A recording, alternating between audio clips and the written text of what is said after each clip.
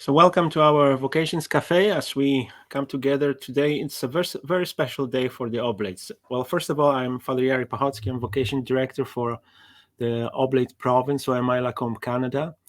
And here at Vocation Café, we always have an opportunity to have a conversation about vocations because God is calling us to many different ways of life. And we talk about the vocation to the Oblates, vocation to the Oblates associates, vocation to married life, to religious life. It's always answering God's call. Today is a very special day, and I'm glad that we have an opportunity to meet today because we celebrate 196 years since the Oblates of Mary Immaculate were approved by the Pope Leo XII and along with our constitution. So there's lots of history there, and we continue the ministry and mission across the world. And today I'm very happy to welcome our neighbors and the vocation director from the South, from the US, Father Victor, who was just recently named the vocation director for the US province. So welcome, Victor, and maybe just introduce yourself briefly, who you are, where you are, what you're doing, just briefly. Hello, everyone. I'm so happy to be here. Thank you, Jarek, for the opportunity to be in this special day. Yes, 196 years as a missionary Oblates of Mary Immaculate, because we received the name in this day. Our founder had another name in mind, and then the Providence gave us the beautiful name of being a missionary Oblates of Mary Immaculate.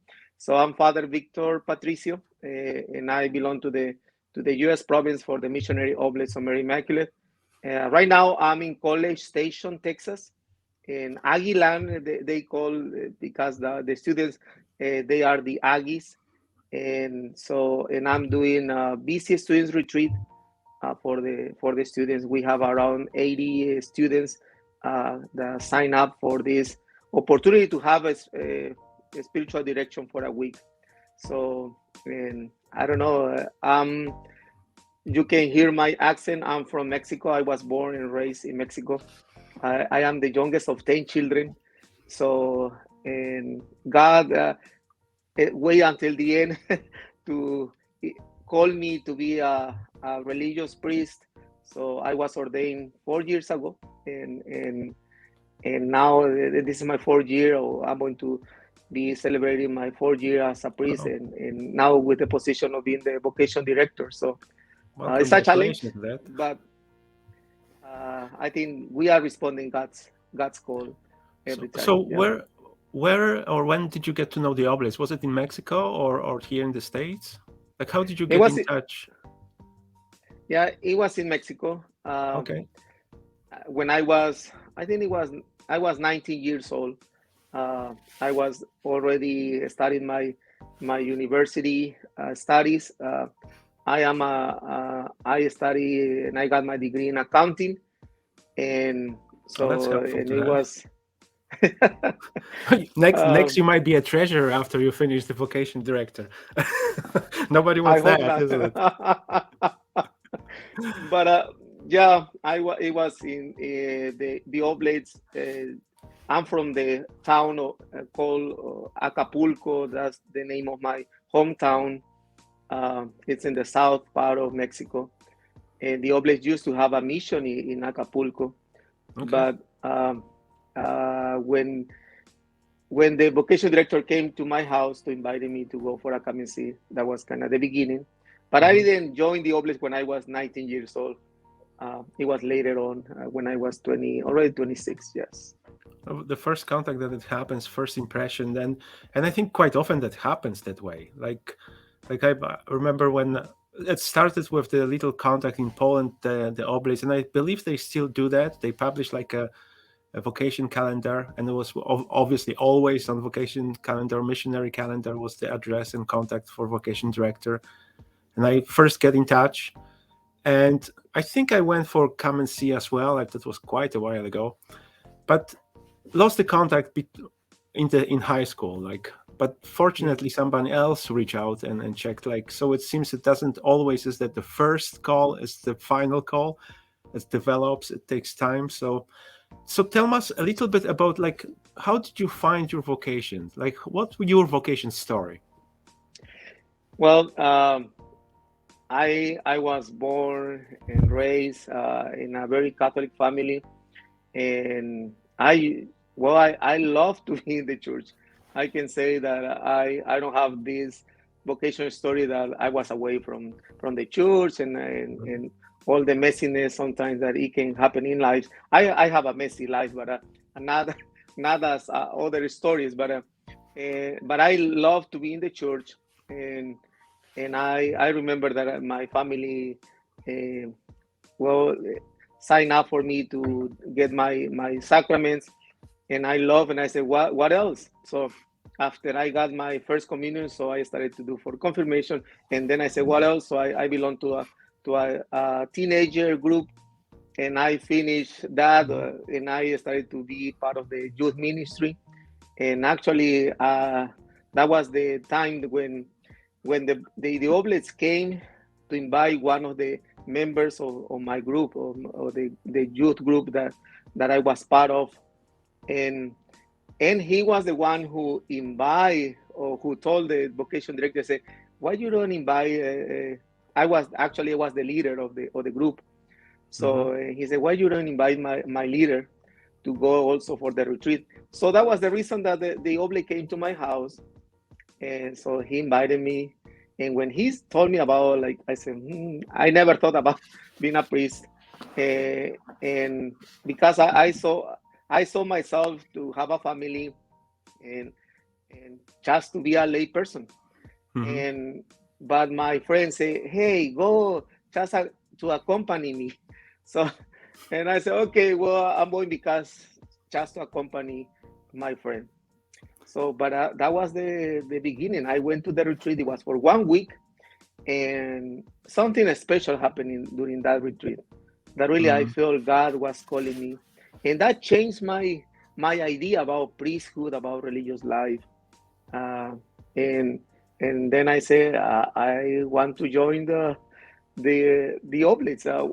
Well, I didn't know the difference between religious life and priesthood. I thought that the both were the same. Like, I didn't know that it was like diocesan and religious priest. So, but I said I want to join. I want to go to the seminary, and so, and my friend didn't join. So it was in that way that God worked That's in interesting. me, and not in my friend. So, Yeah. and You know then what is yeah. interesting when you said it, and I noticed how important it is, because we had that conversation with a number of people, and the oblates here in the province, when we had the oblate gatherings.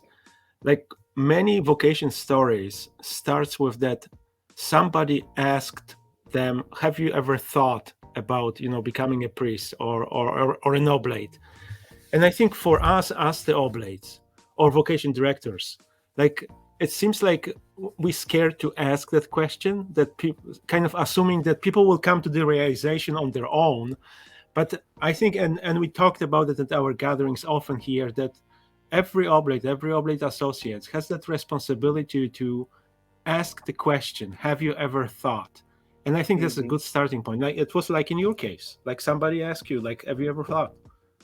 Yep, and that was the way. And then, but I didn't join because I was with my studies, and I told my family, and because I never say anything about that, so I came back from the retreat and I said, hey, I'm going to the seminary, and they said, what?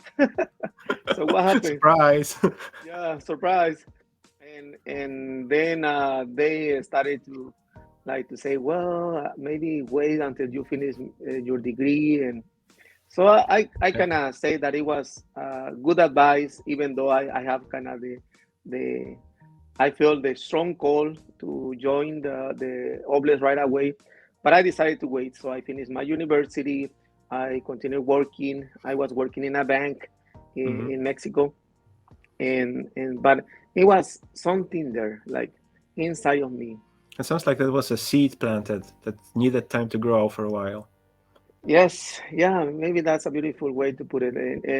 And then when I started to talk to a spiritual director, Mhm. uh, and actually it was a sister, a religious sister, that she kind of said, "Why you don't try, like, uh, take that, like maybe that idea or desire that you have there, just go and try and see. If it is not for you, you can just say, oh, this is not for me, and leave.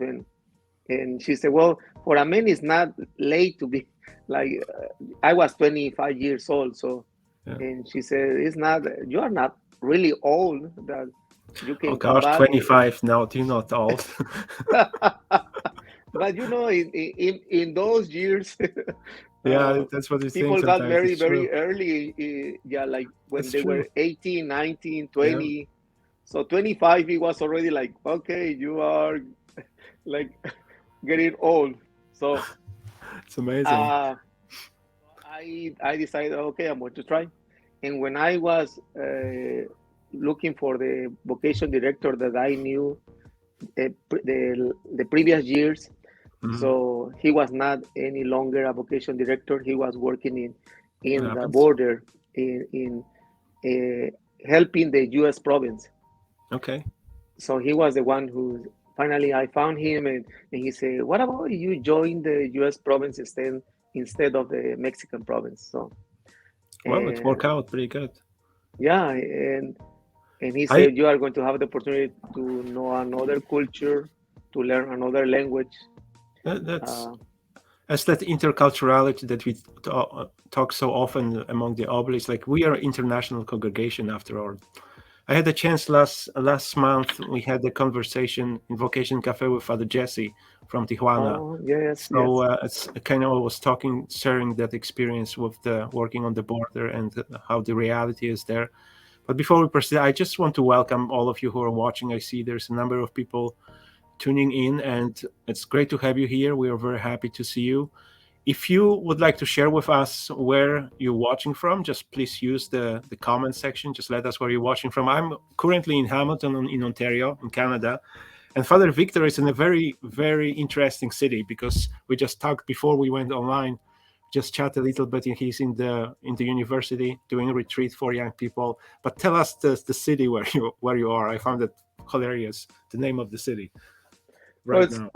College Station, Texas is the city, but the students, they are the Aggies, so we say that this is the Aggie land. So and yeah, it's when there is That's this interesting. Texas A&M University. Okay. College Station. I love that name. It's Okay. obviously you know that that's the station. Probably from the past, that's what was happening. Well, we have people watching from the other side of the world, even. So welcome, Neil. It's great to see you here, all the way from Bangladesh. And we have as well from the cold areas in Canada, from Mount Mart in Saskatchewan. And we have also another Saskatoon, Oblates of Mary Magdalene. I assume that's probably is our somebody who was managing our account as well. So welcome to you all. And of course, Texas. We must have the good day from Pearland, Texas, as almost like the college station. And many people tuning in from the cold Saskatchewan. So welcome to you all. It's great to see you all. And Victor, as we continue, you mentioned you joined the U.S. province after you've heard the call. So did you do your where did you do your studies pre-novitiate? I assume that was Tijuana, wasn't it? Or I'm just assuming It, here. yeah, it was Tijuana. So when he told me that if I wanted to join the U.S. province, so I said, whatever you feel it's better, Father. So I was like, I wanted just to do God's will, and so he gave me the contact of the superior in Tijuana. So I called him and I say, I had been talking to Father so and so, and Mm-hmm. I want to join the Oblate. So and he said, what about you come just for a week and just to have an idea where we live? And sure. So and the day that I came to Tijuana, it was Thanksgiving Day. That's why Thanksgiving, in Okay. a certain way, is something special for me. In the south part of Mexico, in Mexico at all, we don't celebrate Thanksgiving. Mm-hmm. But because the American oblates that were in Tijuana, so they were celebrating Thanksgiving. And so it was beautiful to see all the oblates coming together, and enjoying meal and laughing, and it was a very memorable time. So, and then that was in November. So in December, I came I assume to you had the big Tijuana. turkey as well with it. Yeah. So, and I love Turkey now.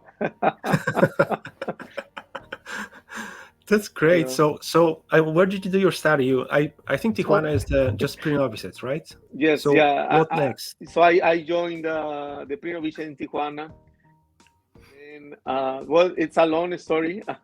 Uh, Mhm. but I request to go to Paraguay, the Okay. South America, to do my novitiate when I was ready, and and I went, but I didn't finish my novitiate. I just did half of the novitiate, and I decided to leave. So I left the Oblates. I returned to my hometown for 2 years, and then I came back. Uh, so and that was when I came back. I went to the novitiate to Mhm. Godfrey, Illinois, and then I did my theology in San Antonio, and so that kind of it took me a good time, I can say.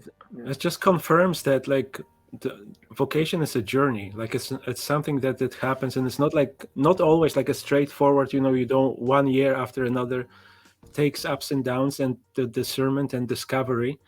So, well, maybe I will just want to welcome again, Father, our faithful actually conversation at Vocations Café, Father Ali from Northern Quebec, from Seattle. There is cold out there, and always Father Ali came from Nigeria to coast of Quebec and working with the Innu people there. So, welcome Ali, bienvenue. It's always wonderful to see you here. You mentioned about the studying for the priesthood in San Antonio, in Godfrey. When were you ordained, and what did you do after? Like, what was the first assignment, obedience, or because you were named just recently vocation director, right? Yes, yeah, it was last August when I started doing Okay. the vocation ministry. So I was ordained in 2018. 2017, it was my perpetual vows. September 2nd, 2017, that was my perpetual vows. And then, yeah, perpetual vows. And then Hmm. 2018, May 18, 2018, that was the day Easy of to my remember. ordination. Yeah, it's easy to remember. So, and I was ordained, and my first assignment was to Santa Rosa Church in San Fernando, California. Oh That's a wow. little north part of Los Angeles. Hmm. So that was my first assignment, and I can say that was my first love in ministry, to be in a parish and to serve this beautiful parish, 10 masses in the weekend. Wow, that Imagine. sounds like a big parish. Was it Oh yeah. Spanish or English parish or mixed or like? Basically Spanish.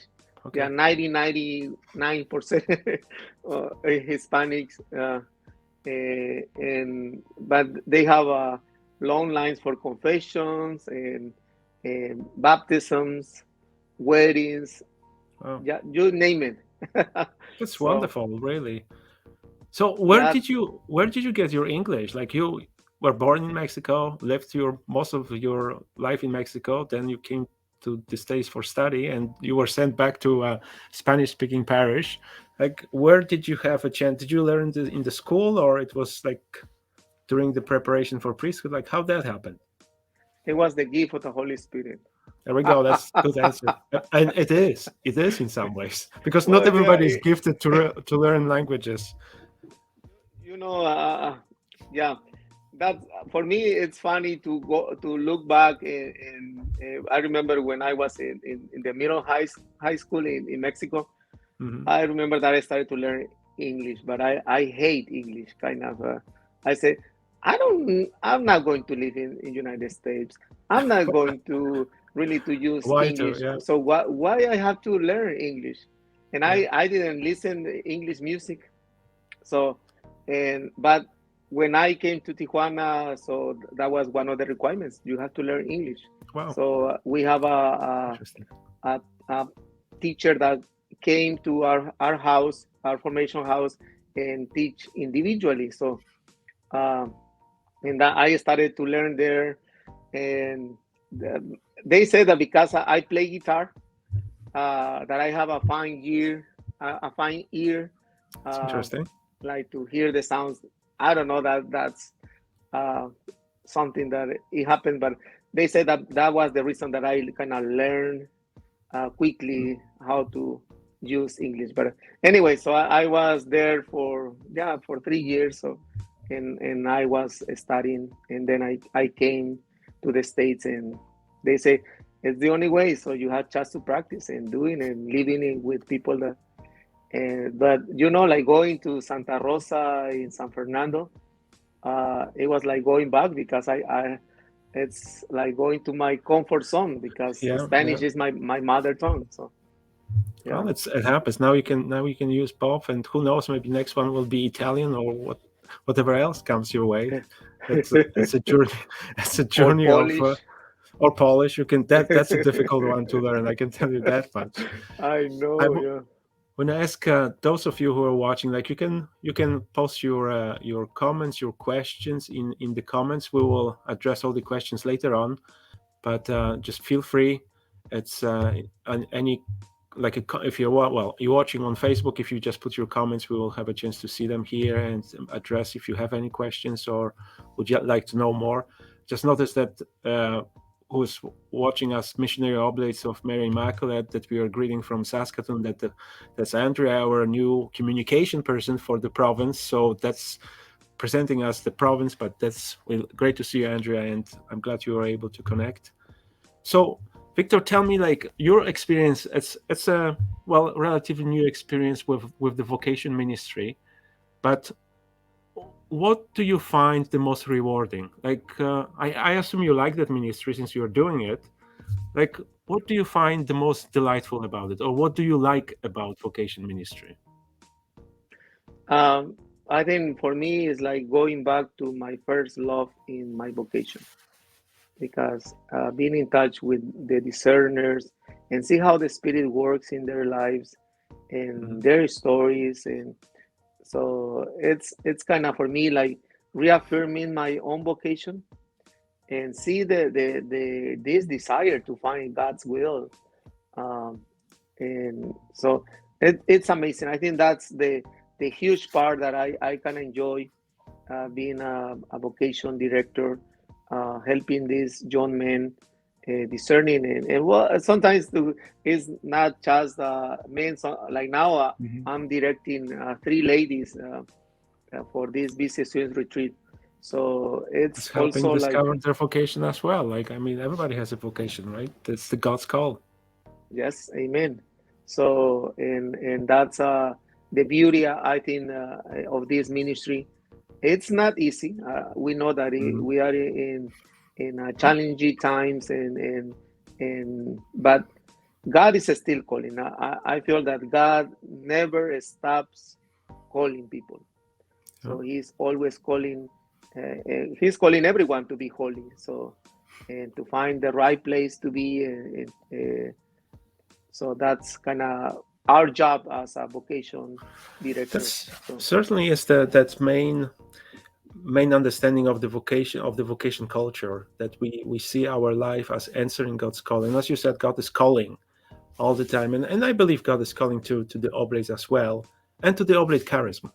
Like the as the Oblate associated people who actually get inspired by the example of Saint Eugene and the Oblates and what we try to do, how we work with the poor. But just imagine, and probably you had that experience participating in many different like conferences, visiting university, and we'll call this an elevator pitch, like when you have 30 seconds starting from the bottom floor and going to the 10th floor, and somebody in the elevator asks you what the Oblates are about. Like, how would you describe in that initial, somebody just approaches you in the university and tells you, like, tell me who the Oblates are and why would I be attracted to them, or to what something might be there.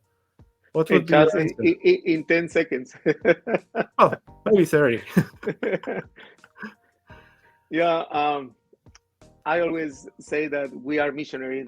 I think that's our branding. We have to say that we are missionaries. We are, and we trying. Our charism is to serve the poor and to bring the good news. That's our call, and that's what in this time, in this moment in our world, we need missionaries, and what a privilege to be part of a congregation that serves the poor in different phases, that is not just poor spiritually, but or materially, but there is psychological, emotional poor, that sometimes they need also our help. Maybe it's more than 10 seconds, but Oh, yeah. that's okay. That's okay. I think that it is, and I think from the beginning the poor and marginalized will be in the heart of the Oblate, or whatever it means. Like as you said, that the poor can be understood in so many different ways. People who are abandoned, people who are untouched by the ministry of the church, and that's what I like about the Oblates. Like always, being on those margins, like kind of going beyond and reaching out. We have a question here from Neil, and I think, let's see, it's a really awesome vocation story, Father Victor. And the question is, if I could understand God's calling, but it's difficult to work for reality. I'm not sure what you mean here, Neil, but how can I work for God's people? So I think it goes beyond the priesthood, or how we can do the ministry if we feel the calling. I'm just trying to understand the Mhm. question. If we hear the calling, want to do answer to it, like how we can work for God's people, not being a priest. Because as a priest, so we cannot just talk about it as the Oblates. So if somebody wants to do something for God's people, how would you see that ministering to, or how would you answer that question? How can I work for God's people? Mhm.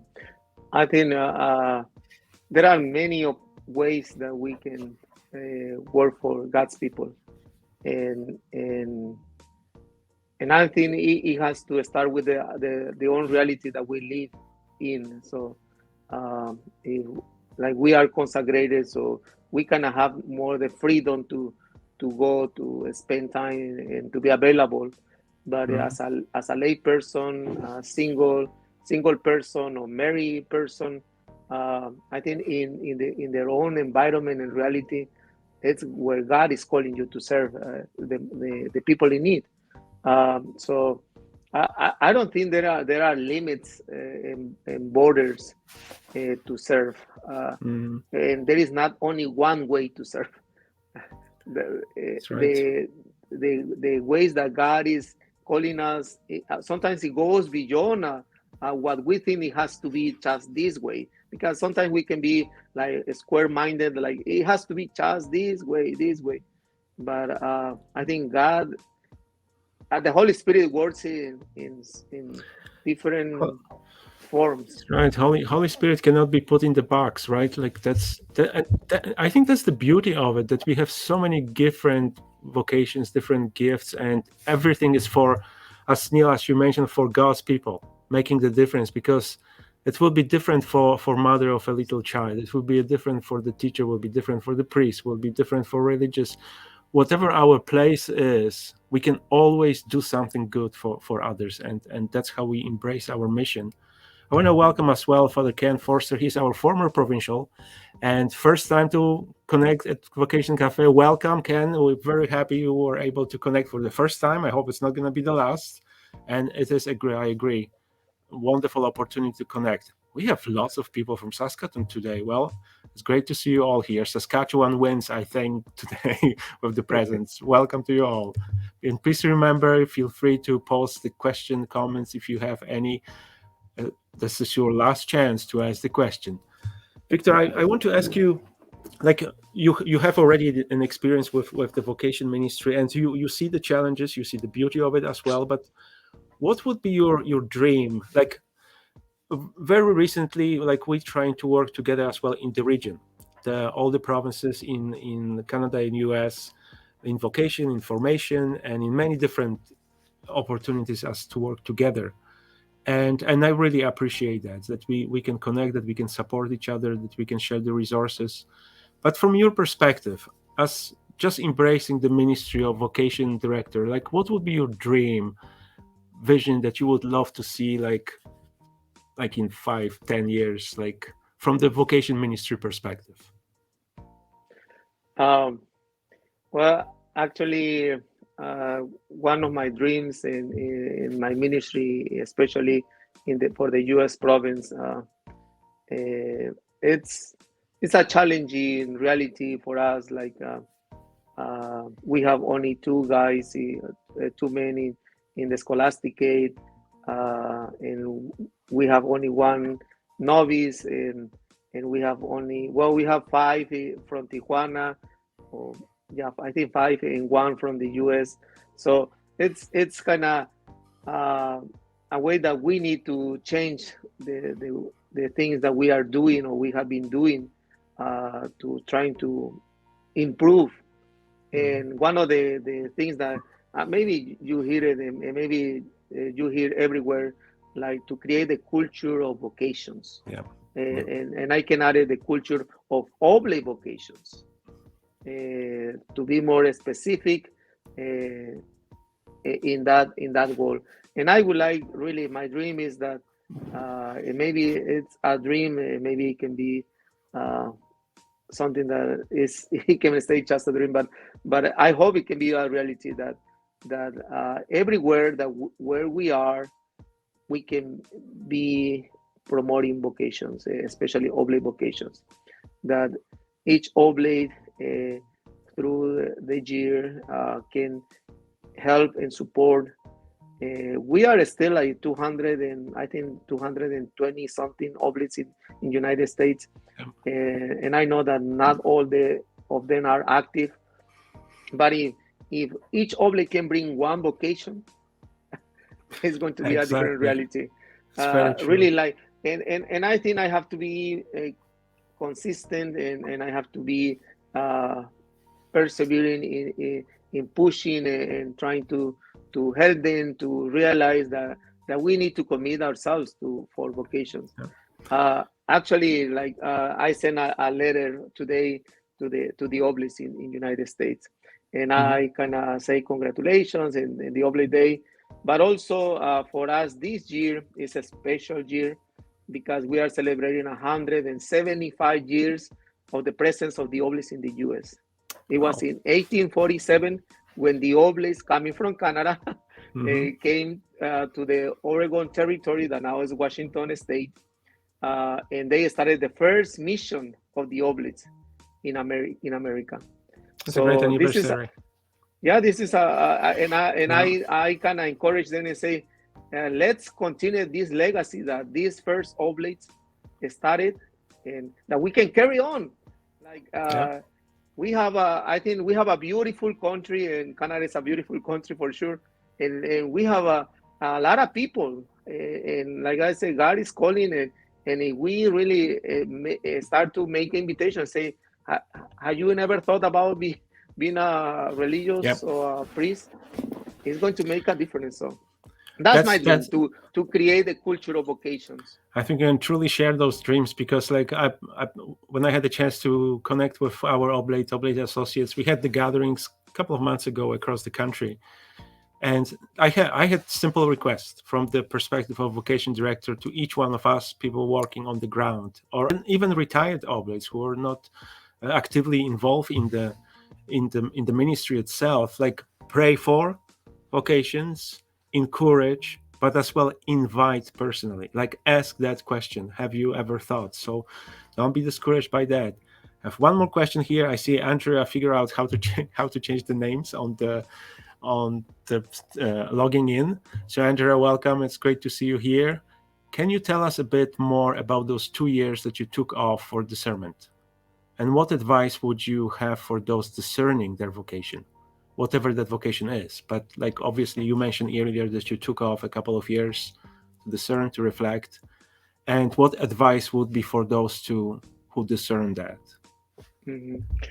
I think the 2 years that I took off, they were a grace time, God's Hmm. grace time.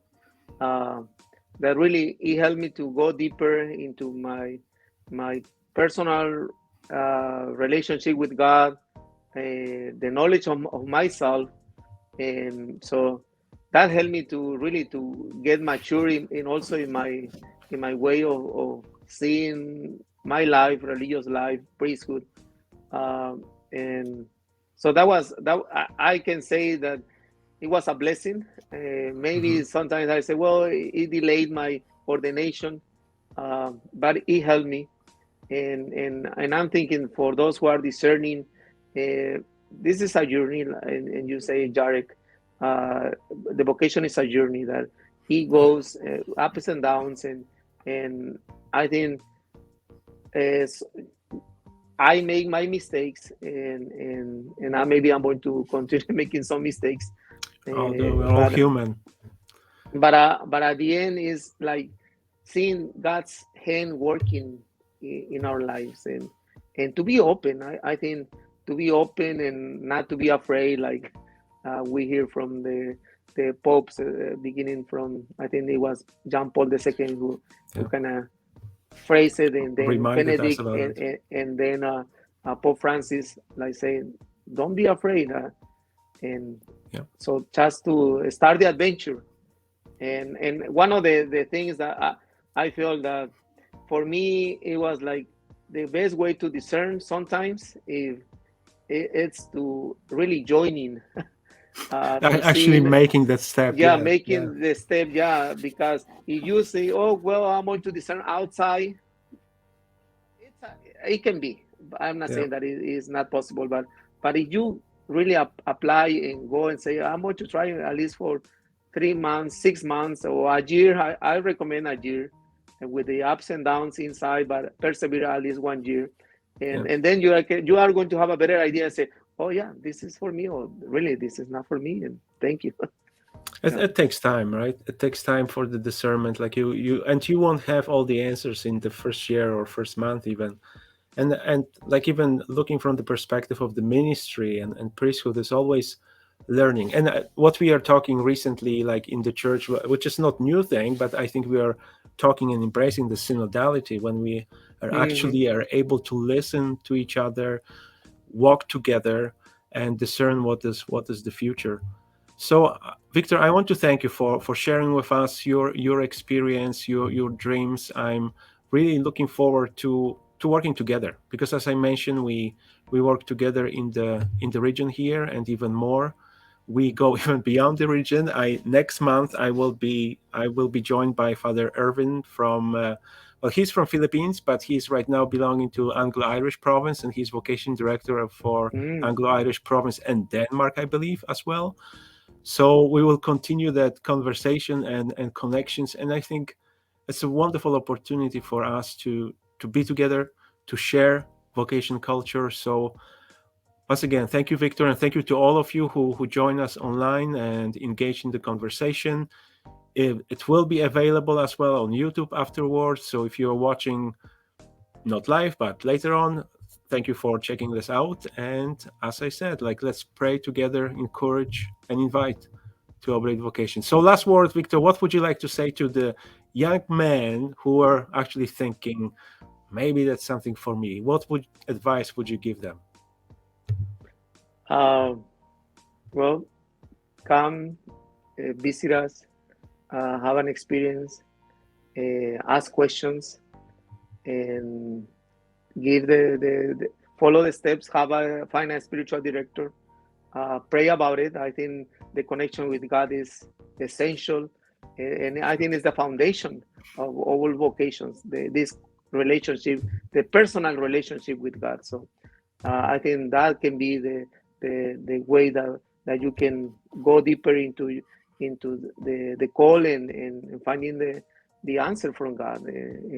So I think that maybe there are different steps, but it's necessary to do it, and to follow this, at least some of all of them, or some of them, vocational, spiritual director, prayer, question, question, visit, spend time with a priest or a brother, and I think you are going to get a lot of insights from them. So Very true. Thank you, Victor, for that. And just like Eugene wrote in the preface, like we must leave nothing undared. So like that takes courage to leave nothing undared. So thank you again, Victor, and I'm looking forward to working together with you right now and in the future in the region. I'm sure we'll be meeting online outside of Vocations Café, and hopefully at some point soon we'll be able to meet in person as well. So all the best to you. Blessings on your ministry, and thank you for being here today.